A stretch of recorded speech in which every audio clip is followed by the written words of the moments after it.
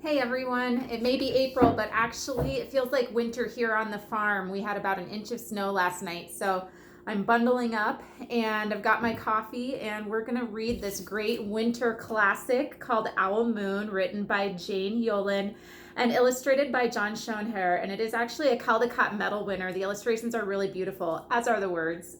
So let's get started. Owl Moon. It was late one winter night, long past my bedtime, when Pa and I went owling. There was no wind, the trees stood still as giant statues, and the moon was so bright the sky seemed to shine. Somewhere behind us, a train whistle blew long and low like a sad, sad song. I could hear it through the woolen cap Pa had pulled down over my ears. A farm dog answered the train, and then a second dog joined in. They sang out trains and dogs for a real long time.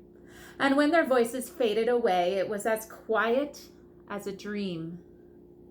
We walked on towards the woods, Pa and I.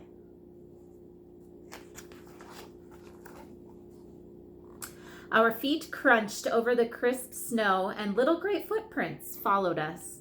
Pa made a long shadow, but mine was short and round.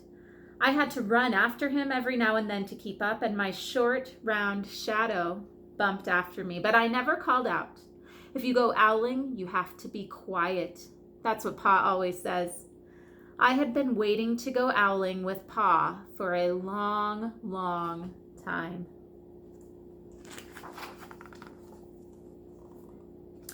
We reached the line of pine trees, black and pointy against the sky, and Pa held up his hand.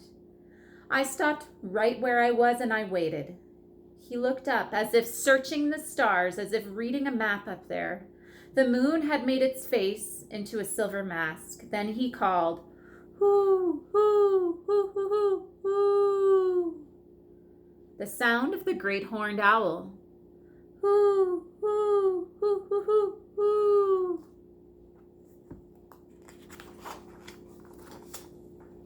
Again he called out, and then again. After each call he was silent, and for a moment we both listened. But there was no answer.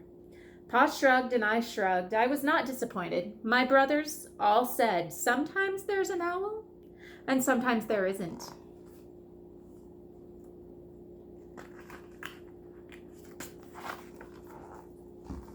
We walked on. I could feel the cold, as if someone's icy hand was palm down on my back, and my nose and the tips of my cheeks felt cold and hot at the same time.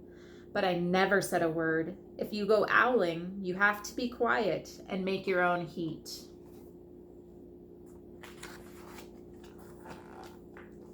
We went into the woods. The shadows were the blackest things I had ever seen. They stained the white snow. My mouth felt furry, for the scarf over it was wet and warm. I didn't ask what kind of things hide behind black trees in the middle of the night. When you go owling, you have to be brave.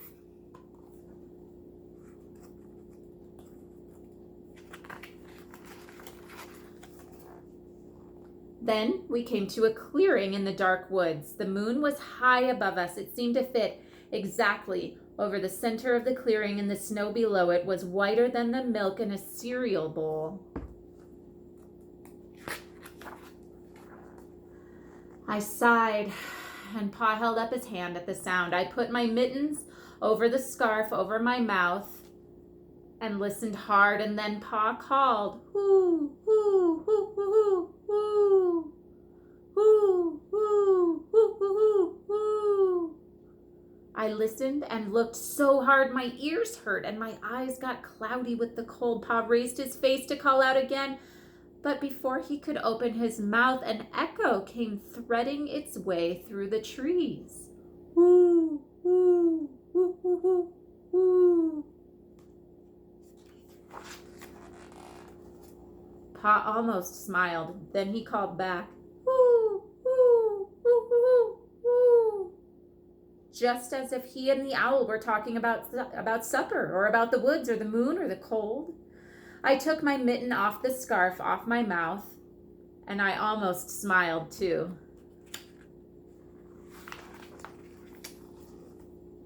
The owl's call came closer from high up in the trees on the edge of the meadow. Nothing in the meadow moved.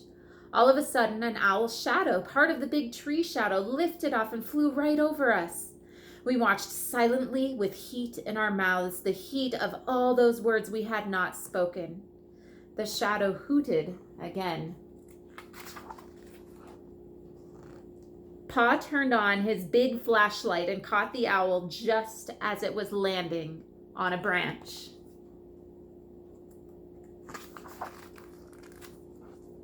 For 1 minute, 3 minutes, maybe even 100 minutes, we stared at one another.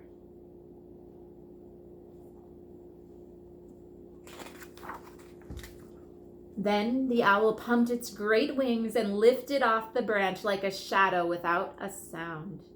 It flew back into the forest. Time to go home, Pa said to me. I knew then I could talk. I could even laugh out loud, but I was a shadow as we walked home. When you go owling, you don't need words or warm or anything but hope. That's what Pa says, the kind of hope that flies on silent wings under a shining owl moon. All right, I hope you guys all have something to be hopeful for right now. I know I sure do. And if you think of it, if you have time, go online and see if you can look up the sound of a great horned owl hooting. I think it's pretty neat.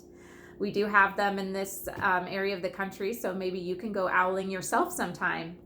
All right, guys, that's all I have for today. Don't forget that you matter, you are important, and we'll see you soon. Bye.